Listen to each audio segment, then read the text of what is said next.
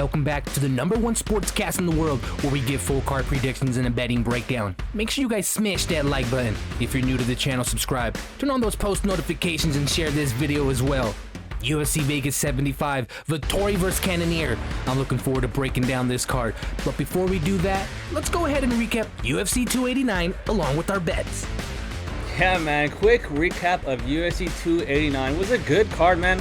I felt good about my reads, but we do finish -1 unit on the night, and it really comes down to that Chris Curtis Nasruddin Imavov fight, Martin. We had 3 units bet on that fight, 2 units on Imavov money line, and then a unit on fight to start round 3. That headbutt in the second round really hurt us. Luckily, guys, we pushed on that. The book refunded us on that. Ended up losing a small loss, 1 unit loss, but it was a good card, man. A lot of violence.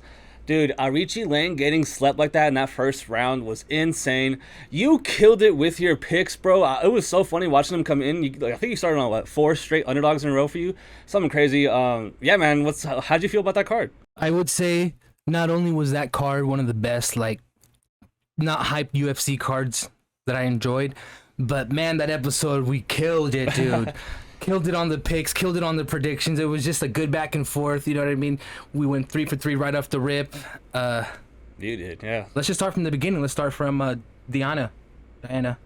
Oh, Belbita, man, you killed it. You picked her. I picked. Dude, me and you went head to head. Wrong. My picks actually started 0-3 to start the night. And yours 3-0. You called Kyle Nelson, and you called Ursig to a T. Actually, you actually called Dvorak dropping his hands, getting hit by a right hand. You actually called that. And nobody was putting respect on this kid's name before his coming in. Look at Dana White saying this kid's a stud.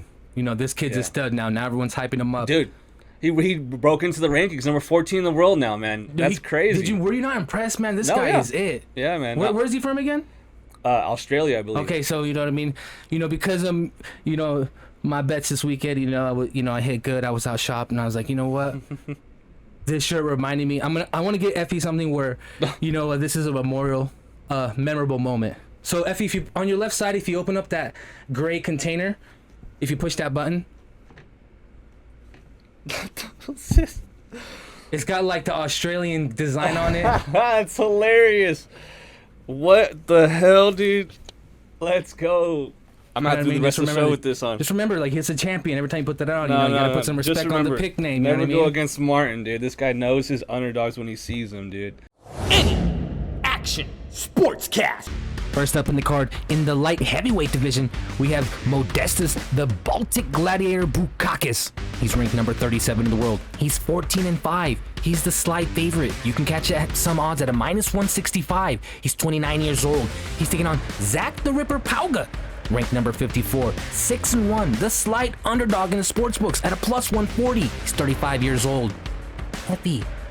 Yeah, man, I'm going with Modestas in this fight. A lot of money's been coming in on him. He's around -185 now. I wouldn't be surprised to see him -200 before the fight starts. Zachpowa, 6-1. This guy's small for the light heavyweight division, Martin. This guy was on the Ultimate Fighter. He's the one that lost to Muhammad Usman, got knocked out in a fight that I thought he was winning, but he's just super undersized for heavyweight, goes down to light heavyweight, and I think he's small for light heavyweight as well. Modestas Bukauskas on the other side, second UFC run, got his knee blasted by Khalil Roundtree. Super significant injury in my opinion, but he looked good in his bounce back fights overseas, so I just think that he has a footwork here to stay outside, pick him apart, win a decision.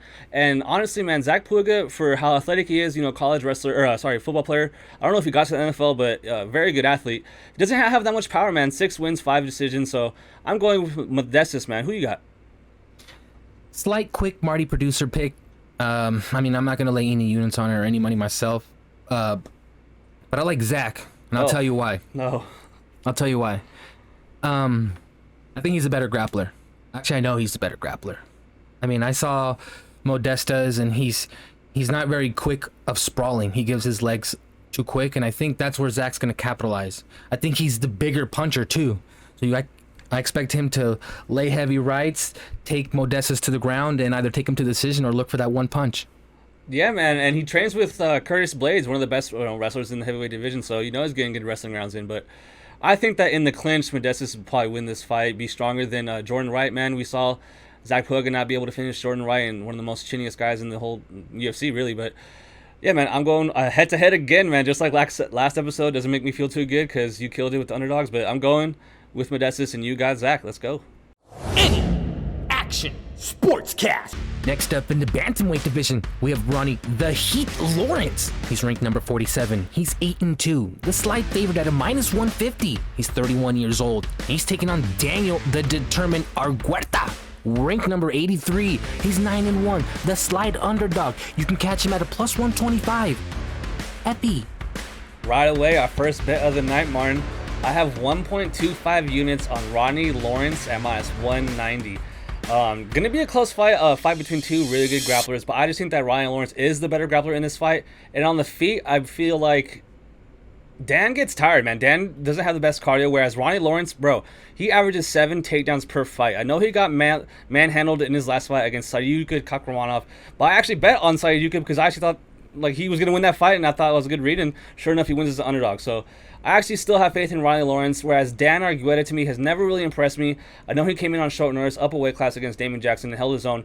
Got his back taken for about 10 minutes in that fight. Definitely has good submission defense and has good grappling on his own right. But if you watch some of his regional tape, man, especially the LFA fight, the 5-round fight, dude, he just shoots single legs and you can't really, or gets you pressed against the cage. You can't really finish his takedowns. I think that the grappling from Ronnie Lawrence is better here. Who you got?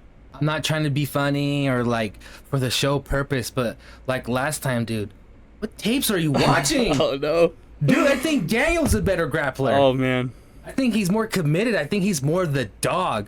I mean, quick producer pick. This is a flippable coin for me, but right, yeah. But you know, I'm gonna lean Daniel. I think him being the stronger grappler, I think that's what's gonna get him the decision in here, if not a knockout. I don't trust Ronnie. He's, you know, mostly taking things into his decision. I don't think he has game plans to knock people out. I think he's just there to survive, there to take people down. But I think Daniel will become the better grappler in this match. Yeah, man, especially in that Manny Martinez fight. So like, if you're averaging 7 takedowns a fight, you're letting guys up 6 times, right? So Lawrence does have good takedowns, but his top control isn't the best. But I don't really worry about that here because Dan Argueta's BJJ from bottom isn't that good in my opinion. But like you said, gonna be a close fight to where I honestly -190 is probably as far as I would go. If he gets to -200, -210, I probably would lay off that money line. Probably look at an underdog shot like Martin said here. But at -190, I felt like that was fair. I took a 1.25 unit shot on him. Let's go, Ronnie Lawrence again, head to head. Don't feel good about it. Going head to head against Martin. We gotta get on the same page one of these days, bro. Any Action Sportscast. Next up in the flyweight division, we have Teresa Ronda Bleda. She's ranked number 58. She's 6-1. You can catch her odds at a -275. She's 21 years old.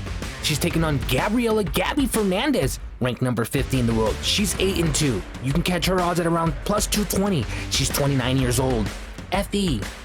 Yeah, man, a fight between two different styles here. Bleda obviously going to be the way better grappler, and then Fernandez is going to be the way more dangerous striker on the feet by a lot. I actually like her striking, but her grappling is very piss poor, man.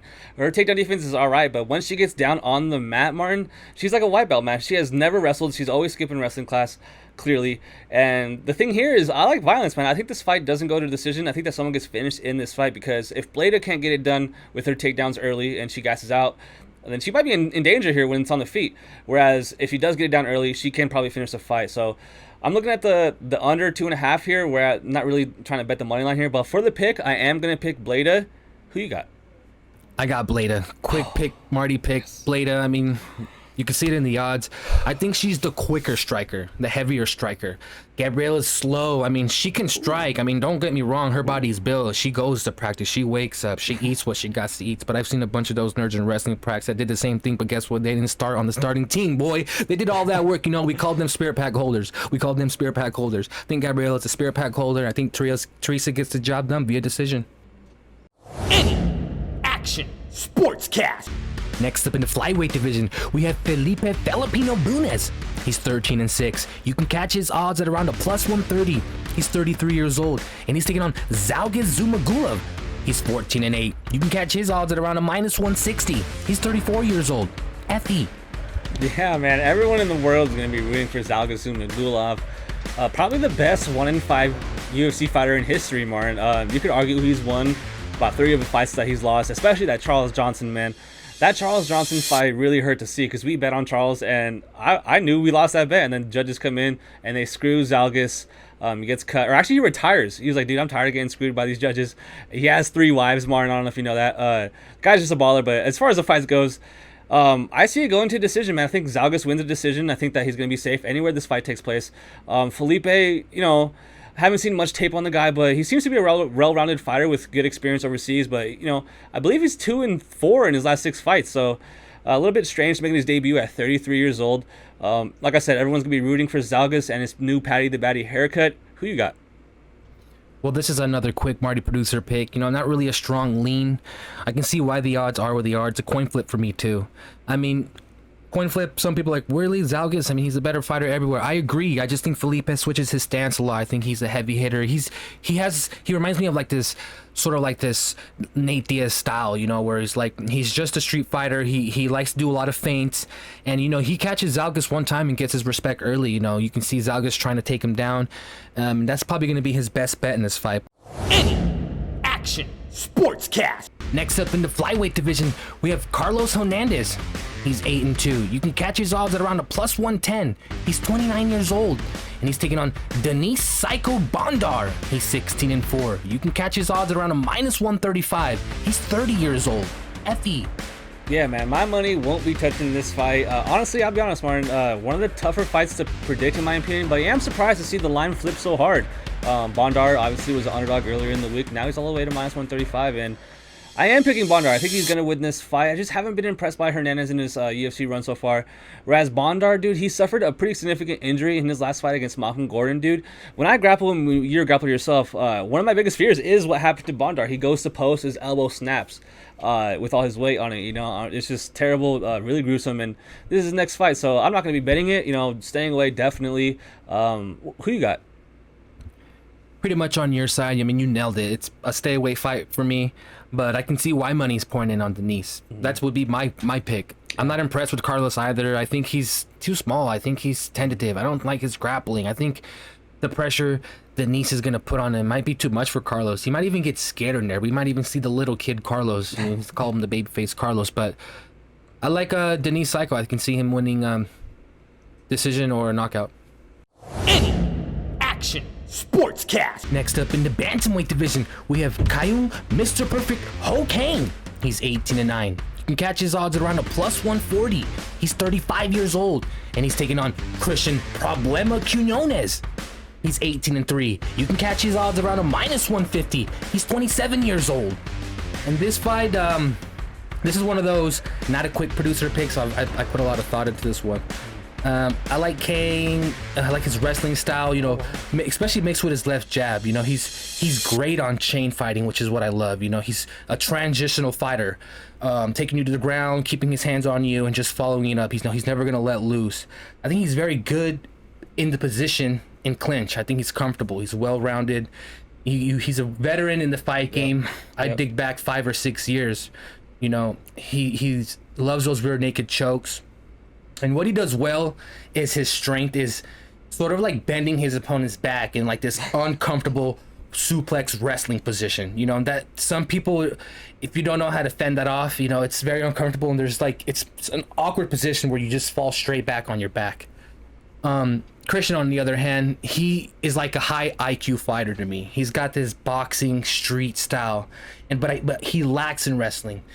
Don't confuse that. He's still able to pull off a submission here and there, like an armbar. But I don't think his grappling is where Kane's is.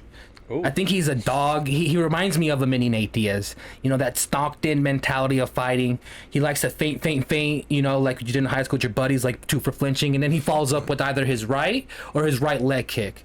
But I think he lacks in wrestling, so I think that'll be his fault in this fight. I think it goes 2 ways. I think Kane is on top most of the time due to takedowns, and eventually Kane exhausting Christian and either submitting him or taking it to decision. Yeah, man, I like Kane as well, but he's getting up there in age, man. 35 years old, and he had to do that 2-year mandatory military service that all the South Koreans have to do. So respect off tops to him, but I do think that he's a better technical fighter. It's just that Quinones is younger, and I do think he throws heavy bombs when he does throw. Very dangerous striker in his own right, and I'm not touching this fight, but I am going Quinones. We're going head-to-head here, but I am happy because I'm not that confident in my pick, and I'm not betting that Quinones money line, so I am happy to know that you're on the other side. It makes me feel like I do have my pause in picking or betting on Quinones, but I will pick him to win a decision here, but like I said, I do think that Kane's a better overall better mixed martial artist. It's just that I think that Quinones is younger, has the speed, and throws with some power. So give me Quinones to win a decision, going head to head here, bro. Any Action Sportscast. Next up in the flyweight division, we have Jimmy the Brick Flick. He's 16-6. You can catch his odds at around a plus 190. He's 32 years old, and he's taking on Alessandro No Costa, 12-3. You can catch his odds around a minus 250. He's 27 years old. And this one, I'm picking Jimmy Flick. Oh! Hear me out. I love his wrestling style. He's a dog. He's dangerous with the one-arm chokes. He'll mount you on top control if you don't act fast, and he would try to lock that up. I like Jimmy Flick. I like him because he's mentally here. You cannot judge him versus his last fights, and let me tell you why. He was going through divorce. I mean, he wasn't mentally there. So he says that he is here now, and he's happy, he's free. He's had a great camp. I think he's this potential for like this star-like figure. You know, he puts on a show. His style with that flying arm triangle, and him always pressing first.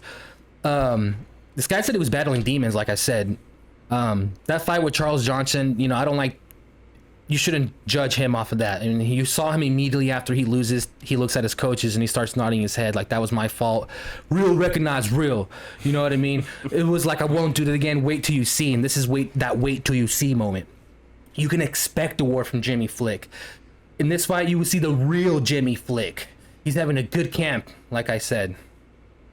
Alessandro's a very strong striker. He relies on that one-punch power. I don't ever see him going for takedowns or, you know, changing it up. He's that one-dimensional fighter. He's that, in quotations, Brazilian jiu-jitsu fighter. But he can easily catch Jimmy Flick on his own with those heavy punches, and I think that's what he's expecting to do. But Jimmy needs to take this guy down ASAP. He needs to exhaust him. Right. I don't see Jimmy striking with Alessandro, so expect most of the fight to be on the ground, but I'm picking Jimmy Flick. Wow. I'm on the opposite end, complete opposite end, and I am challenging you, Martin, to a shoey bet on this. I have Costa. I am super confident in Costa to knock out Jimmy Flick, man. Super one-dimensional fighter, in my opinion, Jimmy Flick. Listen, I like the guy. I love him on Contender Series, calling himself the White Khabib. Goes out there and pretty much controls the guy. It was awesome. But then the flying triangle, obviously, against Cody Dorton, super exciting. But Martin, you said his head's in there. He retired. And then came back and lost to Charles Johnson. And really, to me, if Flick doesn't get the submission in the first round, he's going to get knocked out. And I don't think he's going to do it. So give me Costa to do it. I do agree with you that he does look for that one shot. Costa can be very, very, very low volume. Quite annoying to watch sometimes. But he does have power, like you said. And Jimmy Flick has very bad striking defense, in my opinion. He's going to be shooting, like you said, from the opening bell right away in desperation because on the feet he's going to get clocked. Give me Costa all day, and I'm challenging you to a shoey bet. Do you accept? Challenge accepted. Any Action Sportscast. Next up in the bantamweight division, we have Ronnie Barcelos. He's 17-4. He catches odds at around a minus 230. He's 36 years old. And he's taking on Miles Chapo Johns. He's 13-2. You can catch his odds around a plus 190. He's 29 years old. Effie. Yeah, man, Ronnie Barcelos is going to be finishing a two-leg parlay for us. I laid his money line at minus 235 with Alessandro Costa at minus 250. The odds on that parlay come out to even plus money, you know, plus 100. And I laid 1.25 units on that because I think that Barcelos is better everywhere in this fight. I get it. He got slept in his last fight against Umar Magomedov, who I think is going to be a future champion, you know.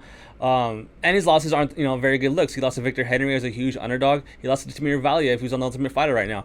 But I just think that he's way better grappler, way better striker, more dangerous on the feet, more finishing equity on the feet, and way more experience here. So, oh man, producer Martin's telling me he has a strong lean on the other side. He has Miles John. Not good. Oh well, we're on the opposite side again of Martin. I have Barcelos. He has Miles Johns. Let's go Barcelos. Any Action Sportscast. Next up in the welterweight division, we have Muslim King of Kung Fu Salikov. He's 19-3. You can catch his odds around a minus 200. He's 39 years old, and he's taking on Nicholas Danish Dynamite Dalby. He's 21-4 and 1. He's 38 years old, and you can catch his odds around a plus 170. Effie. Yeah, man, due to the fact that this is going to be taking place in the elderly division, I won't be betting this fight, but I am picking Nicholas Dalby. I think that the underdog is live in this bet. You know, King Kung Fu, I do think that he will be the better technical striker here, but he's 39 years old. I just can't bet on someone that's 39 years old, where I understand Dalby probably, you know, doesn't have the technical striking as, you know, the King Kung Fu, but I think that he's going to be there in the third round. I think that he has, you know, better volume and better cardio and a better chin than Salikov here. So not a strong bet or pick here. I'm not betting this fight, like I said. And I also know that producer Martin is on Dalby as well. So a rare fight where we line up on the underdog. Both of us are going to take a shot here and pick Nicholas Dalby to win via decision. Any Action Sportscast. Next up in the lightweight division, we have Nicholas Iron Mota. He's 13-4. You can catch his odds at around a plus 135. He's 30 years old, and he's taking on Manuel El Loco Torres. He's 13-2. You can catch his odds around a minus 165. He's 28 years old. Another underdog pick for me, man. I am going with Nicholas Mota to win this fight. I'm not betting it though, but I do have a feeling he's gonna win this fight, man. Obviously we saw him get slept by Jim Miller. You know, when it happens, man, it was a little bit one of those fights where there's levels to the fight game, and he got shown. So came back with a very good knockout over Cameron Van Camp, who I don't even know if he's even in the UFC anymore, but looked good. You know, very good, powerful striker in Mota, and you know, trains with those guys at RDA out in Brazil. You know, he's a good fighter, a young fighter. And on Torres' side, you know, he's just finishing fights so early, man. This guy's a finisher. 13 wins, 12 finishes, 6 submissions, 6 knockouts. This guy is a savage. Very long, very, you know, managed the distance well. And that's going to be significant here. He has a 3-inch reach advantage over Mota. And like I said, we've seen him get cracked by someone like Jim Miller, who's very smaller than Torres here in this fight. But I have a feeling the underdog is going to win. I'm feeling I'm picking a bunch of Brazilians on this card, Martin. But yeah, I'm going with my gut here. I'm not betting it, but I'm picking Nicholas Mota to win this fight. Maybe take a look at the under 2.5, because I think both guys can crack and end the fight at any moment. So who you got? Light, lean, quick producer pick. I got Manuel Torres. Ooh. I think that 3-inch, I know it seems like a small thing, but you know, like in the bedroom, that 3 inch is a big difference. I think he's going to pick apart Nicholas.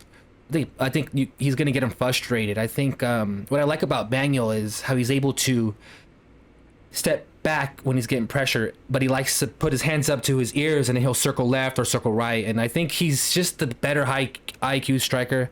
I don't think Nicholas has enough cage time for me to pick him. So I can see why he's the favorite in this one. And I also favored him. Any Action Sportscast. Next up in the featherweight division, we have Patsabatini. He's 17-4.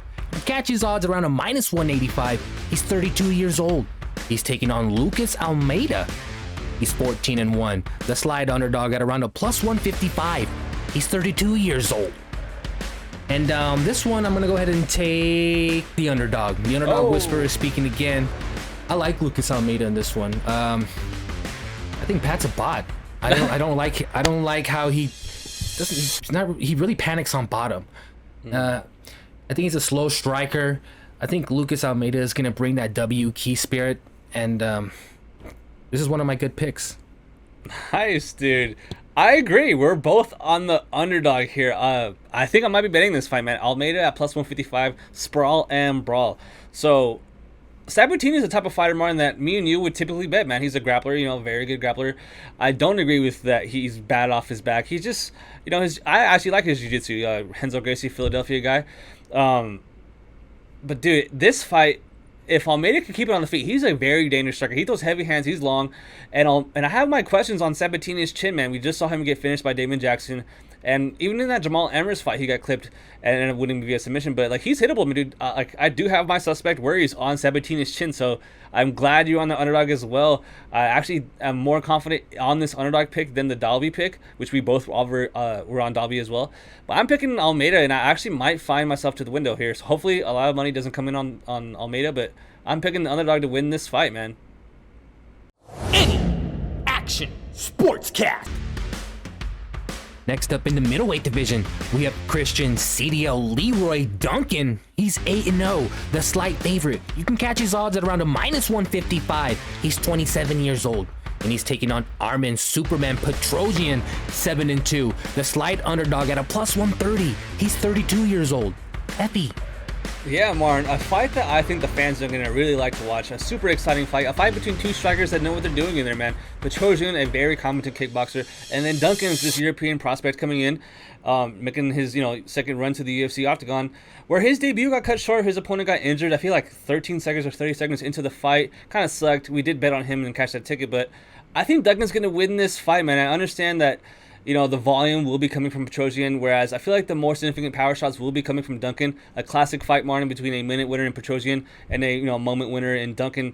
I do think that Petrosian is a better technical striker than Duncan, but I feel like he can't wrestle. I feel like that's a big, red flag in his game. And if Duncan can initiate the clinch, maybe get a trip out on the cage, and get this fight to the ground, I feel like it would be very bad for Petrosian. I'm going with Duncan. I don't think I'll be betting this fight, whether it be totals, fight goes to the decision or money line. But who you got? I got another underdog pick on this one, and guess what, guys? With these underdog picks, whatever you want to call them, I ain't never gonna stop. I mean, I like Armin. I like his style. I think a good way to beat Christian in this one for him is going to be to keep him at distance, and you expect to see a lot of calf kicks from Armin. Hard, strong ones, weaken Christian. Those calf kicks hurt if you get him in the right spot. I think Christian is his big, dumb, bully fighter. I think he doesn't really know what to do in good positions, especially on the cage. He's just trying to strike, ground and pound, and I can see Armin is used to being in the clinch and taking punches, and this is a really good underdog pick. There's a lot of value in this one, I think. More than a coin flip to me, so strong pick for my end for Armin. Any Action Sportscast. In the co-main event, a light heavyweight bout. We have Armin Sarukian. He's 19-3, a huge favorite, a whopping minus 1,000. He's 26 years old, and he's taking on Joaquin Silva, 12-3, a huge underdog. He's plus 650. He's 34 years old. Effie. Yeah, man. Really quick, I'm sure you guys just heard those odds. You're probably wondering, why is this fight even happening? Minus 1,000 in UFC. How can that be? What is this, Bellator? Like, that's some stuff you see on PFL, not UFC. But it makes sense, man. Everyone in the top 5 of this division is dodging Armin Sarukian. They don't want to fight this guy because they know this dude is the truth. Great grappler, great striker, good fight IQ, pretty good cardio. I think that he actually won that fight against Gamera. I think that he got screwed on that decision. This guy's going to be a future title contender 100%. Made his debut against Islam Makhachev. Probably gave him the closest fight in his UFC career other than the fight that he lost and then the Volkanovski fight. But, everyone in the entire world is on Tarzukian. So you have to approach this, Martin, of like, you got to go method of victory or over, under, totals or whatever. Because I think that we're going to see Tarzukian take this fight to the mat and then finish it on the mat. I think that the finish will be a TKO finish in that first round. Because, like I said, everyone's dodging Armin. He's having so much problems getting fights because everyone says no one wants to fight this guy, and there's a reason, man. Who you got? Obviously Armin, right? I mean, this guy again is one of those fight ready fighters that I can see. Fight ready meaning he eats, lives, breathes training. One thing that's concerning about Armin is doesn't really show his grappling, but does he really need to? I mean, he's a heavy-hander puncher, and Joaquin, he likes to duck his head too low, man, and he gets caught a lot in there. And for someone like Armin, that's very dangerous. But that is upsetting. This is like a PFL fight. Like, what? Why would they put a fight like this, knowing Armin is just completely gonna destroy him? If that's it, I mean, where do the odd makers or the matchmakers see like this is gonna be a good co-main event? I think someone better than this would be Jimmy Flick versus Alessandro Costa. I think that would have been a better co-main event. I think they're gonna put a better show on. Yeah, man, and this is one of those things where Armin Petrosian, I think he's a high-level guy. Obviously, everyone in the world that watches the fights knows this guy is the truth. It's just that I feel like they want to boost him, give him a high-profile type position on the card. Like you said, co-main event against a guy that's losing the fights to Ricky Glenn and getting dropped by Nasser Hakarast. He's gonna crush this guy, and might be a huge waste of time for everybody. But guys, at minus 1,000 in MMA, you could roll your ankle on that first kick you throw. Anything can happen. So definitely don't bet the money line. Don't parlay it. There's no value. So. Go ahead and pass betting wise, but obviously, like I agree with Martin, Armin Sarukian all day. Any Action Sportscast. And in the main event, taking place in the middleweight division, we have Marvin, the Italian Dream Vettori. He's 19-5-1, the slight favorite. You can catch his odds at around a minus 150. He's 29 years old. And he's taking on Jared, the Killer Gorilla Cannonier. He's 16-6, the slight underdog. Some books are taking him at a plus 125. 39 years old. Effie. Yeah, man, and a ton of money has been coming in on the Killer Gorilla Jared Cannonier. This fight is a pick on minus 110 both ways. And I get it, man. I am going with Jared Cannonier to win this fight. Listen, I thought going into this, study, I was going to pick Marvin Vettori. I've been him before. Very durable guy, very reliable, very good striker, good wrestler. Obviously very durable. This guy has a blockhead for a chin. You can hit him with a 2x4. He won't get knocked out. This dude has fought Paulo Costa when Paulo Costa missed weight by like 15 pounds and still did get knocked out by him. You can hit him. Alessandro couldn't finish him in 2 fights. Like, this dude can take a punch. Robert Whittaker was lighting him up, and he's still there, But that's my problem, man. He's very hittable. His striking defense isn't that good, in my opinion. And I understand, guys. Jared Cannonier is 39 years old. It's very tough to back and bet a fighter that's 39 years old in the UFC. But I think that he's going to win this fight. We just saw him fight Sean Strickland, where Sean Strickland, in my opinion, is a very much so better striker, more technical, and throws a ton of volume, and couldn't beat Jared Cannonier. They're going to be in the apex. Even the block shots from Cannonier are going to sound loud for the judges. I think that on the eyes, he's going to be winning this fight. So call me crazy, guys. I think that Jared Cannonier wins the decision. Who you got? I'm taking Marvin the Italian Dream Vettori. He's fight ready.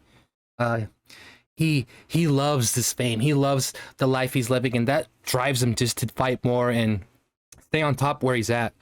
The thing that concerns me about Jared is he wasn't the same before he fought, right after he fought Izzy. I mean, you remember Izzy saying, "You got paid, right? You got paid, right?" I mean, he got that fat $500,000 check. He hasn't been the same since. I mean, yeah, he won a split decision over Sean Strickland, but that's Sean Strickland. When he fought Izzy Adesanya, I mean, that was a boring match. It wasn't the W key. Jared, I think he's here just to collect checks. I mean, it's an easy pick for me, Marvin Vettori all day. I don't know, man. I'm on the opposite side. I'm not strong and confident enough to bet another shoey bet with you. We'll leave that to the Jimmy Flick fight, but no, man, I see it the other way. I think Jared Cannonier will land the bigger shots in this fight. Marvin Vettori, I understand he has a grappling advantage in this fight. He has a wrestling advantage in this fight if it does hit the mat, which it might, man. But this dude went to Thailand, spent a bunch of time in Thailand, and fancies himself a striker now, which I think that will harm him in this fight. And like I said, it's tough to back a 39-year-old fighter, but I'm confident, man. Give me the killer gorilla Jared Cannonier to win via decision.